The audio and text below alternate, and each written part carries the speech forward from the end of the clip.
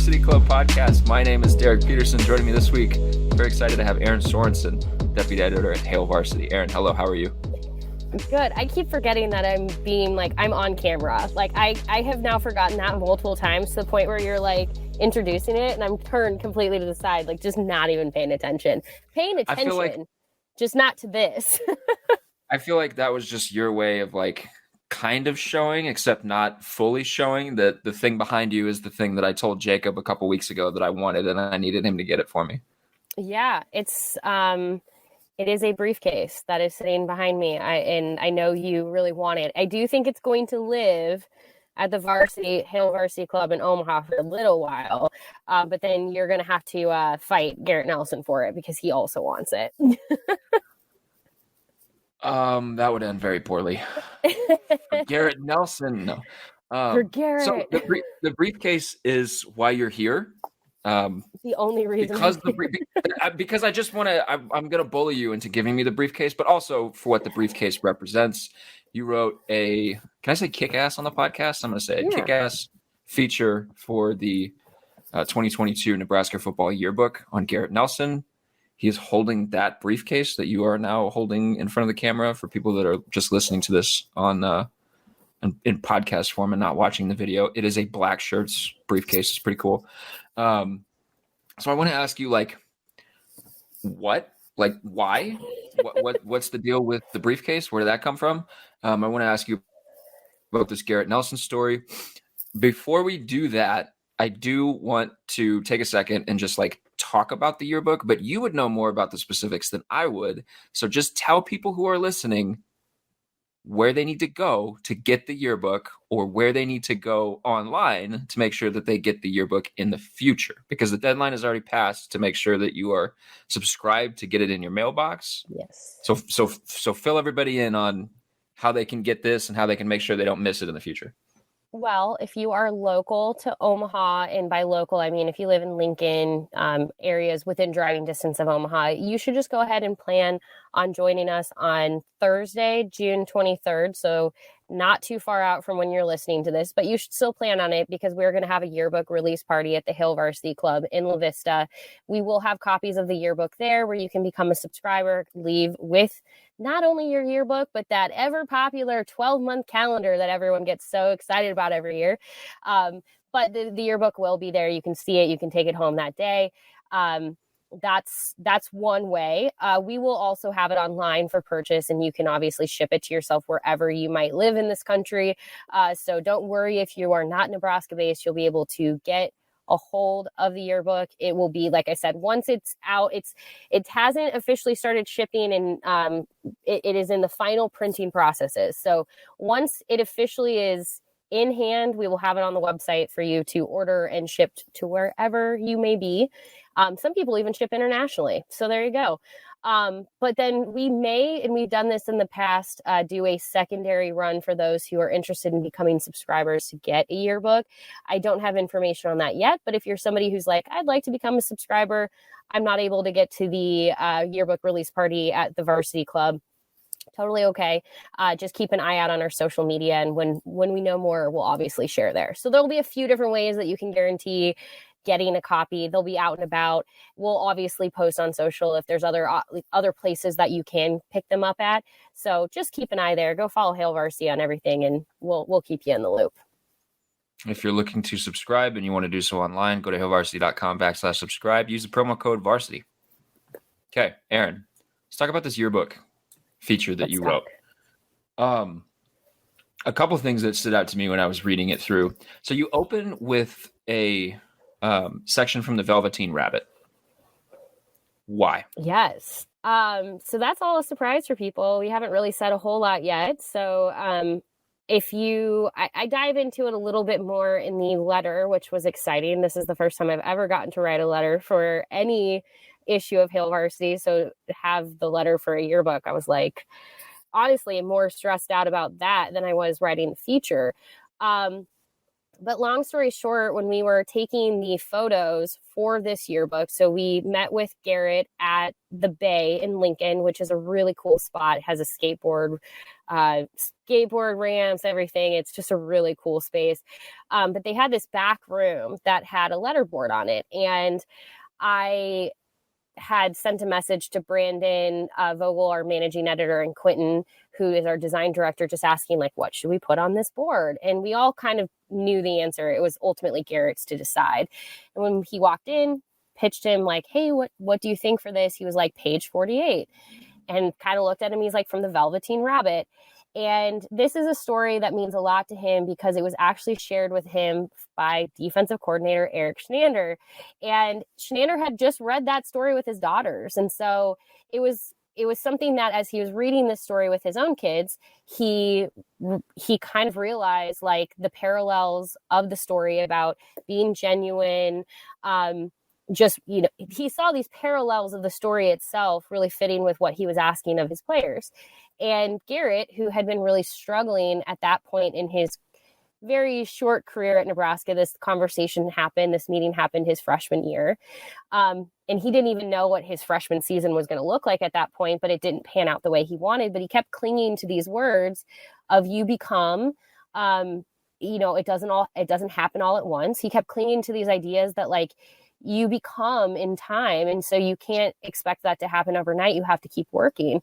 And that was just kind of a really neat thing to hear, that this was a story that was shared with him by his defensive coordinator, and something that years later he is still holding on to. And he feels like were words that were intended just for him in that moment. So I will say, when I went to go write the story, that wasn't originally a part of it. It was kind of one of those things where you are in a moment and you hear it and you're like, that has to be included because it's a part of who Garrett is and it's a part of his story.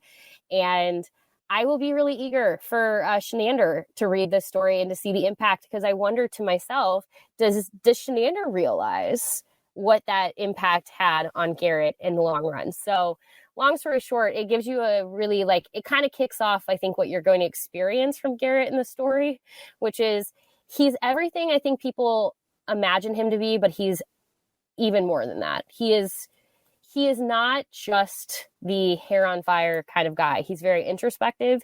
He's very aware of himself. He's always in his head. He's always thinking about how he can be a better player, a better teammate, a better friend, a better son. Like, he's always thinking. And I think for me, it might surprise people to learn some of the things that you're going to learn about him in this story, but not in a bad way. I just think you're going to get a deeper understanding of the complexities of Garrett Nelson. This was one of those things where, as I was reading through it, I'm seeing quotes from him and you're kind of painting stuff in certain ways. And I'm thinking, like, this is everything that I immediately loved about Garrett Nelson. And it has continued throughout his career and only kind of blossomed throughout his career as he's gotten better. And there's a point where you talk about just straight progression for him. He's gotten better every year. He's improved numbers every year. He was top 10, I believe, last year in the Big Ten in tackles for loss, a significant force in the backfield now, and should continue to get better. And I was thinking about, I was reading some of the quotes where he's just talking about, what he did as a freshman wasn't good enough. He wants to continue to grow. And I thought about, I think it was Kirk Goldsberry, who's an NBA writer that I love. He said a very obvious thing, but I had never thought about it before. He talked about how development and progression with athletes, be it at the professional level or the collegiate level, is never linear like we expect. Guys don't start okay, get better the next year, get better the next year, and then better and better. Mm-hmm. And to hear, I guess to read one of the stories in this that you break down, I'm not going to give it all away, but one of the stories in this that you break down is him texting with his mom about wanting to be a Division I athlete. And when that text occurred and that kind of light bulb happened, it was later than I thought it would be. I would have expected it to be a little bit earlier for Garrett, just in terms of how much passion he plays football with. If you would like to reveal when that text happened, it's your story to share how much of this little anecdote you want to share. But I do want to ask you, did the time component of that, like it caught me off guard. I expected it to be earlier. Did you have the same reaction when you heard this? Yes and no. So, okay. Not that, like, for anyone who's kind of curious about how this story is structured, I'll give there's a little backstory to this that will provide some insight into this. Okay, because I wanted to ask about this too, because it's very unique structure for a story that I've never seen before. Now, Jacob Padilla joked that I did the structure entirely just so I could say Taylor's version at one point. I was going to ask you the same question. You did this on purpose so you could have Taylor's version, and it's the very first one. To be clear, that was Brandon's idea when I was trying to figure out how to structure this. So trying to figure out how to get a Taylor Swift reference in. That's what you were trying to figure out how to do. The entire point, and I've been found out. No, so last fall, it was Nick Henrich was telling a story about Garrett, and he was telling a story about their first night at Nebraska, and just kind of like what that experience was like, and how he learned a lot about Garrett. And then that story has come up a couple of times since, because Nick has used it as a way to kind of show who Garrett is as a person, and kind of like, well, look at this first night that we had at Nebraska, and like this is just really it just really like sums him up. And so I had asked Garrett about that story, and he didn't even remember it at first. He was like, what? Like the first night at Nebraska? Like what was like for him, it didn't register as something, not in a negative way. It wasn't like he was going, why would Nick tell that story? It was more like, oh, like our first, that story, like, is what registers with Nick is like this, like, summation of me. And so I kind of started to think, like, how many other stories are like that, where people have these stories of Garrett, and when you ask him, he either tells them differently, or he has a different perspective on them, or he sees himself differently within these stories that other people tell about him. So it kind of became like, the working title of it for the longest time was The Tall Tales of Garrett Nelson, because I didn't know what else to call it. But it was a little bit of this idea that, like, he is these stories, but at the same time, he's more than them. There's more to it than just what is told about him or what he tells. Because with that said, if you only asked him to tell you the story, you'd probably also miss some of those details within it as well that other people have absorbed about him. So that story that his mom told about when she kind of realized the trajectory of his life, it came at the end of middle school. It came his 8th grade year, and she's like desperate to just get him to pay attention in school. She's like, please just pay attention in class. But she also never wanted to take away from his dreams and what he had wanted and what he was wanting and who he was becoming. But I think what I found from all of these stories is that Garrett has always just been somebody that I think he's always trying to find who he is. I think he's always been trying to find his goals, trying to find his purpose, trying to find all of these things. And I think for him, becoming a Division I athlete really didn't start to solidify itself for him until he got a little bit older and was able to sort of work through a lot of things. And so why I wasn't overly surprised is hearing his story growing up wrestling, which is because of his dad, and kind of hearing that story and how it just, he wasn't sure if it was something he loved, but then it became something he loved. I think it kind of goes back to that quote from the Velveteen Rabbit of, it doesn't happen all at once. Nothing has ever happened all at once for Garrett. It has always taken some time. It's always taken, just like his path at Nebraska, it has taken him time to find his footing, to find what he wants, what his goals are. And so that story, when you hear it from his mom, but then you hear him expand on it, you start to see kind of like why he is the way he is and why he maybe needed more time to figure out what his goals were, but the goals were and then are. But the thing is once he figures it out, he goes 100 miles a minute. The second he knows that's what he wants, he is fighting tooth and nail for it, and quite literally, like I mean that, quite literally running 100 miles a minute everywhere, doing everything he can, because that's pretty much what everyone knows him as, is the guy who's like running here and there and there and there, like all the time. But he has to get himself to that point to get himself ready. He has to know it's what he wants. So long-winded answer of yes and no. It surprised me, but I think it's because I also got to hear all of these other little like pieces to the story as I was going, where I'm like, okay, that makes sense. So there's a theme kind of woven through one of the themes woven through the story is, it ties with the Velveteen Rabbit, and one of the things that Chenander was trying to get across when he talked to the defense, and that was finding and being your authentic self. Mm-hmm. And as I am reading stories told by other people about Garrett, and then Garrett sort of remembering those same moments, I get the sense that like there are things that he does or ways that he impacts people or ways that he kind of like these things that he does that are memorable or recognizable or stand out to people around him that he doesn't realize have the kind of impact or leave the kind of I guess memory that they do. And I'm just kind of reading through this and I'm thinking like that's him just being his authentic self, because he just thinks that that's Garrett. He just thinks that that's who he is. Is that, as the writer, is that intentional on your part? Is that like what you were hoping to convey? It was what I was hoping, but I also wasn't going to. So when I sat down, and I was very intentional with how I brought up each story to him, because I didn't want to like tell him the full story. I wanted to basically be like, okay, do you remember, for instance, do you remember the first time you decided that your dream was to become a Division I athlete? Because I wanted to see where he would take me at that point. And then when he was done telling me the story, I'd give him a little bit more insight into what the other person said. So he was going into things he didn't know what the other person had offered until I either brought up like, hey, do you remember this? And then when I told them what they said, he's like, oh.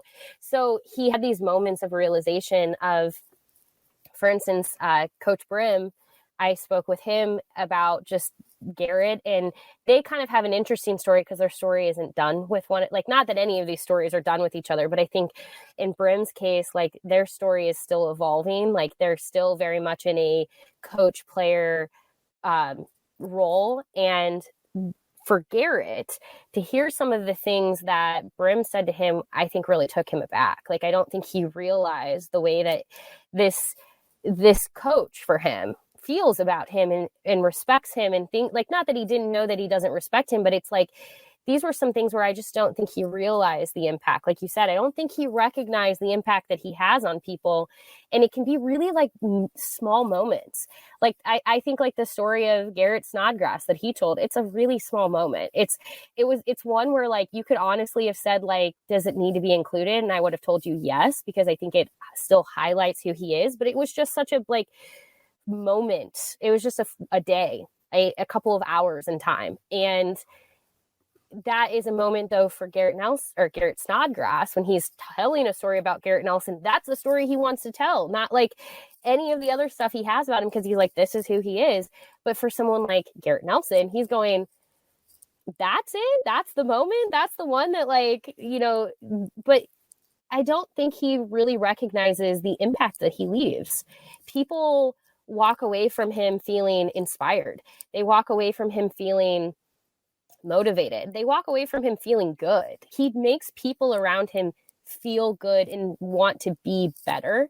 But he also just is a really good friend, a really good brother, and people just really like to spend time with him. And it's not that I don't think he realizes that, but like to hear it sometimes, it's a good reminder of like, one, tell the people around you how you feel about them. But every so often when people tell you, really listen, because I think it was a really cool experience for me to kind of witness him absorbing all of this. But yeah, as a writer, as the person telling the story, I had to be really careful where I didn't want, if he wouldn't have led me that way, if he would have like told things very differently, then that's the way we would have gone.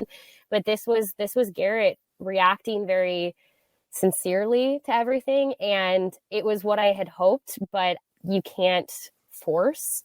And I think that goes back to what you're saying with the authenticity, because he was very authentically himself in the reaction to everything. And I will have moments in my mind forever about Garrett. Like when we were talking at one point, I remember we were sitting outside of Memorial Stadium and we were kind of just talking about his goals for this season and beyond and what he liked to see. And this makes its way in a little bit, but the reason it will always stick with me is he talked about how he's always caught in his own daydreams and he gets really caught in his own mind and what he can see and what he hopes to be. And I will never forget the visualization of watching him tell this, because in that moment, as he's telling me that, I can tell he's getting caught in his own head and he's thinking, and you can see it, like he's looking at the stadium and he's just having this moment. I'm not trying to paint it as this like bigger thing. I'm just saying he's literally telling you, I get caught in my own head sometime and I'm watching him do it right in that moment. And I'm like, that's going to stick with me for a long time about the type of person he is, because he's never, his brain just doesn't shut off. He is always thinking, always dreaming. And what that means for the future, I don't know, but he's going to do some cool things in life because he's pretty like, he dreams. Hey, John Cook would appreciate this. He dreams big. He does. There's a lot of his dad in this, in a lot of answers that he gives. I mean, he's playing in mud holes and thinking about his dad when he's 3 years old. So as you're talking with him and you're hearing these stories and his dad continues to get brought up, I guess what would you take away just from how you perceive, or how maybe he perceives the relationship with his dad? Because his dad wrestled at Nebraska. His dad had been at Nebraska. So there sort of like pressure on the part of Garrett to live up to dad's standards that he set as a Nebraska athlete? Or is there a sense where, he wants to, I guess, I don't know, like make his dad proud? Is there a sense that he wants to be himself? Like, what did you think of the relationship dynamic between him and his dad? Garrett loves his dad so much. Like, that is abundantly clear. He loves his dad. He has so much respect for him. He wants to be his dad. Like, he wants to be his own person, but I think, if he could be, anything like his dad, he'd be very happy at the end of the day. I think Garrett doesn't necessarily feel a lot of pressure to have to live up to his dad. And I think that's because his dad, he even says it himself. He was a really good dad in the sense that he never put a ton of pressure on him to be anything other than what he wanted. Garrett's brothers didn't wrestle. They played basketball. And so when Garrett decided he was going to wrestle, he wanted to do it for his dad. And his dad was very much like, you don't have to do that for me. Like, you do what you want. And so I think that relationship and that constant feeling of support from his dad to Garrett has allowed him to really just pursue. So when he discovered that football was what he really wanted to do, there was no issue there. It was go chase your dreams. That is your path. I think when I look at what Garrett, I think he just has such a deep appreciation for both of his parents. And I think he wants to make them proud, but it's one of those things where I don't think he's doing anything because he hasn't already made them proud. They're both so immensely proud of him. But I think he just has such a strong relationship with them where he's just constantly, I would almost say, inspired by them to a degree. Now, with that said, his dad is definitely somebody who is always keeping busy. And I think Garrett has learned, like, it's good to rest here and there and tries to maybe not completely fill all of his time with busy work. But he just has the way he talks about his parents. You just wish everyone could have that kind of relationship with their parents, because you can just feel you can just tell his parents supported him and his brothers in anything that they wanted to do. And the goals that they have are not out of pressure. The goals that they have are because it's just what they want. And so I think for Garrett, he's just trying to now follow in those footsteps to be that, not only for the people around him now, but someday when he becomes a father himself. I think he's absorbing all of that. And that's what he wants to take away from his dad and his mom. But he definitely has a ton of love and respect for his dad. What are his personal goals for this season? You touched on it a little bit. Does he have number goals? Does he have accolade goals? Or is it like, I want to be a leader for the defense, I want us to win football games? Like, what did he tell you? He wants to win. He really wants to win. He has big goals for himself. He doesn't think he's tapped on any of his potential at Nebraska. In fact, he's like more embarrassed that it's taken him as long to get where he is, and he feels like he has so much he can do. And he is kind of the belief, like, put him wherever you need him and he'll do it. But he wants to win so badly. You can just hear it for him, where it's just like if he could do it himself, he would. But obviously it's a team effort, so he can't do everything himself. So I think he wants to just, when you say, like, does he want to lead? I kind of had said to him, I think I was like, okay, I did this with Ben Stille last year too. And I did this with, I always am pretty good at nailing who I think the captains are going to be and who I think are going to be invited to Big Ten Media Days. Like, I'm usually good at like locking that list down. Like, I've got a pretty good idea in my mind. And I think I've gotten it almost every single year with the exception of like one or two here or there. And so, like, I had told Ben Stille last year, I'm still surprised he didn't become a captain, by the way. But I had told him, I'm like, you're going to Big Ten Media Days. Like, go get a suit tomorrow. You're going. He's like, no, I'm not. Who went to Big Ten Media Days? Ben Stille. So I told Garrett, I'm like, you're on my short list. Like, you're going to Big Ten Media Days and you're probably going to be a captain. And he's like, what?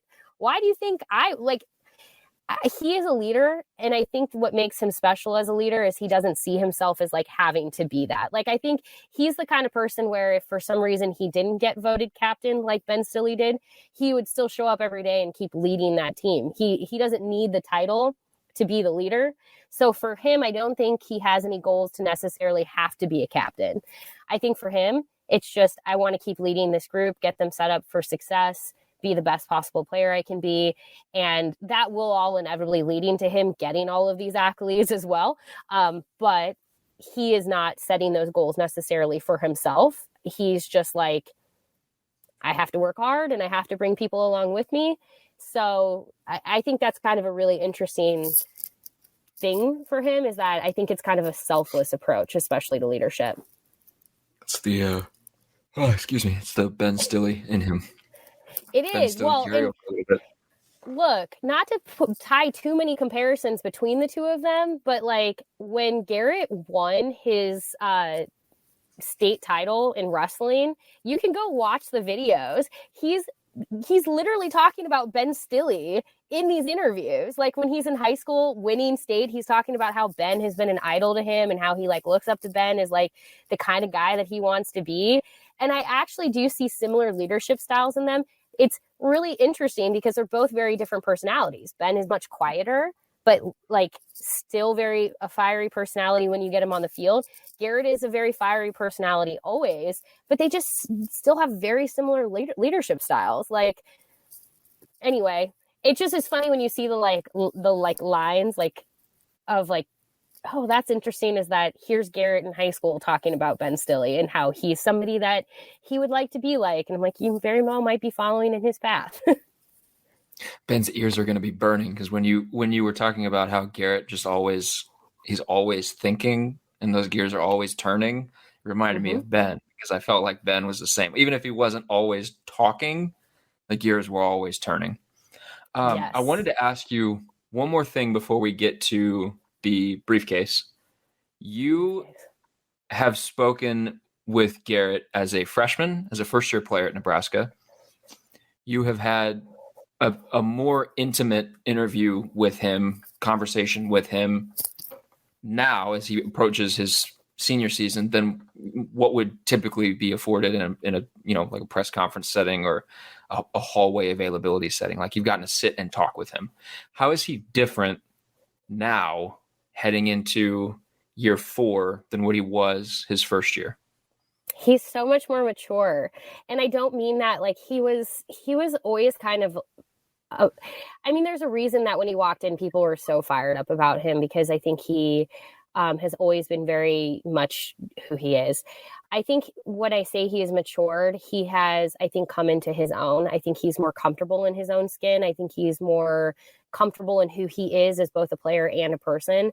I think he's no longer trying to be what people like. Yes, he's trying to be the player that like he knows he can be, but I think that there was an element for a long time where he was trying to be something that maybe he wasn't. I think he's definitely come into his own where he's very comfortable, or at least more comfortable in who he is as Garrett Nelson. And I will say, like, because I remember when he arrived at Nebraska and that class, I got to know a little bit because I was actually in a different situation. I was away from Hail Varsity for 1 year. And so I was doing a lot more recruiting coverage. And that was the class that I covered more. So like, I remember I got to know him and his family pretty well. And what I will say about Garrett is Garrett has always been an incredibly warm and welcoming individual from day one. Like, he's always been very like, Erin, how are you? It's so good. Like, he's just like, makes you like, he remembers things about you, and that's never changed. Like, he remembers, I remember like his family asked multiple times, like, how I was doing with our wedding getting postponed. And it's like, why do you care like about me? But that's just who they are. They're very genuine people. They care about those that are around them. And I think I just am seeing Garrett really come into his own and take those elements, but now really just be like a more mature version of that. So it's cool to see them grow up. It makes me also feel really old, where I sometimes like realize, like, I mean, it's not to keep bringing up Ben, but I'm like, you know, Ben was at Nebraska for 6 years. Like, that was like more than half of my career at Nebraska, covering Nebraska. I was like, that's wild. Same thing with Garrett. I'm like, it's just so wild to think that like he could technically come back for another year after this one, but like, regardless if he does or not, where I'm like, how has this time gone by so fast? Like, but because of that, I think he's somebody where it's like, if you met him 4 years ago and you met him today, you would definitely say same person, but he's definitely a more comfortable, mature version of who he is today. And that's just growth. I think that's the biggest thing for him, is that's just growth. Okay. Moment I've been waiting for. What the hell is up with this briefcase? Where did this come from? Why was it made for the interview? Was it made for the photo shoot? Did he have it? What's going on with this? So, okay. I will put a little bit of the creative process on blast with what happened. But when we were trying to figure out what this story was like, how to visualize this story, like I said, the working title for a while was Tall Tales of Garrett Nelson. And so we were kind of kicking around these ideas of like making him appear larger than life and all of these different things. And this was something where he was like, you know, it's not that I don't like it. It's just, I don't want to appear larger than Nebraska because I am not individually bigger than the team. I was like, that's a great piece of feedback. Like, I love that. So that put us back on the drawing board. All right, what are we going to do? What are we going to come up with? And so we're kind of trying to think of it. And I was like, you know, Nebraska had just had their like student athlete awards, and he'd been there in a suit. And I was like, he kind of comes across a little James Bondish and it's like in a suit. And it was really kind of interesting because I pitched that idea out, and, you know, at first you're kind of like, but like a suit for Garrett Nelson, is that like the whatever? And when I said it, everyone kind of thought about it for a little bit, and then we kind of were like, you know, it's like all business for him. And so then Quentin and Brandon were like, what if we got a briefcase? Which Brandon ordered the briefcase off of Amazon. Quentin put the whole design on it, everything. And it was all so quick. I just want to point out the whole thing was so quick that when we brought it, it was still wet. So that's why you can see the fingerprint from Garrett holding it. At one point is like on it, but he was obsessed with it. He's like, I want to carry that to school. He's like, I want to take it to class. But it could not have worked out better, because when I pitched that idea to him, he was like, I love it. Like, that sounds great.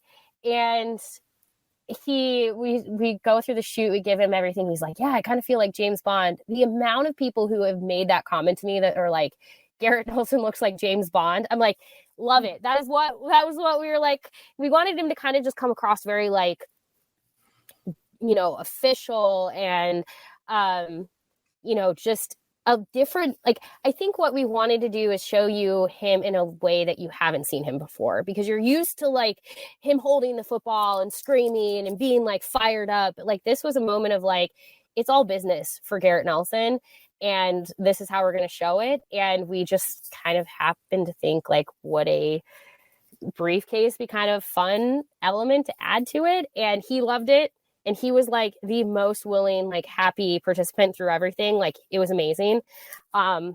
So yeah, it was kind of one of those things where we went 100 different directions before we landed on this one, but it was the right one. It was the one that like was meant to be for him. And like I said, the briefcase itself will live at the Hail Varsity Club for a while for people to see it. It will be there. Like you won't be able to like grab it or anything, but you'll be able to see it. And then, maybe at some point in the future, it will, you and Garrett can arm wrestle for it. No, I'm surprised. I'm surprised he didn't steal it from the photo shoot. I'm surprised he didn't try to just take it from the photo shoot. He should have it. If you would like the best example of Garrett Nelson on the planet, I was prepared for him to walk out of the photo shoot with that briefcase that day. And I said to him, it'd be kind of fun to have it at the Hail Varsity Club for just a little while so people could see it in conjunction with the yearbook. And he, holding it, hands it to me and he goes, you know what? It needs to go to the Varsity Club. I can get it another time. So he was the one who said, take it, go put it there, let people like see it and kind of like see the work that went into it from what Quentin did, like the spray painting and everything. So yeah, he was the one who said, go. If he had said, nope, I'm taking it with me today, I would have said, all right, I'm not arm wrestling him for it. So I think at some point it will go live with Garrett Nelson forever. I will get into an Oklahoma drill with Garrett Nelson for the right to hold this briefcase. It's one thing I always wanted to do when I was covering a football team is I wanted to go through like an off season or like a winter workout program in one of their weight rooms and just see like how long I'd be able to last before I actually keeled over and died. So I think an Oklahoma drill with Garrett Nelson, it would kind of be the same thing. Like I might make it 5 seconds before I get killed, but we can tick something off the checklist for things that I want to do in this career before I leave it. Yeah, it needs to go to Garrett. Well, I was gonna say for me, my one thing that I thought would be funny is what if I like showed up to like the game in Ireland and I was just like, I'm here for the game. I could definitely see him walking around campus holding it. And I think it's interesting too. It's a good. I know you guys made the brief. It wasn't something that he made, and so it wasn't something where like he chose to put a Blackshirt logo on the briefcase. But I think it is very representative of him that even when he's not like decked out in Nebraska gear or wearing his Nebraska uniform, and he's got a suit on, very business-like suit on, he still has something with him that is Nebraska related. I think that's a good way to sort of represent him. So this story's awesome.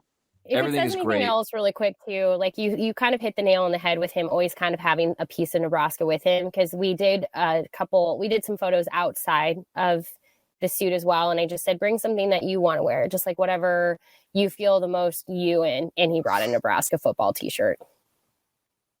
Probably because, and this is just speculation on my part, but I feel like Garrett is the guy that has like 3 t-shirts in his closet and he doesn't feel the need to buy anything else. And so all of his clothing is clothing that has been is Nebraska team issued gear, because he's like, why do I need anything else? Why do I need anything else? He and I would be very different in that sense. I'm literally recording in my closet. So it's like, we would be very different individuals. Well, Erin, I'll let you go. You got some work that you got to do. Thank you so much for coming on this podcast. The story's awesome. It's really good. You. Well done. I appreciate it. It's also really, really well sourced. Thank you. That was one of here's the thing.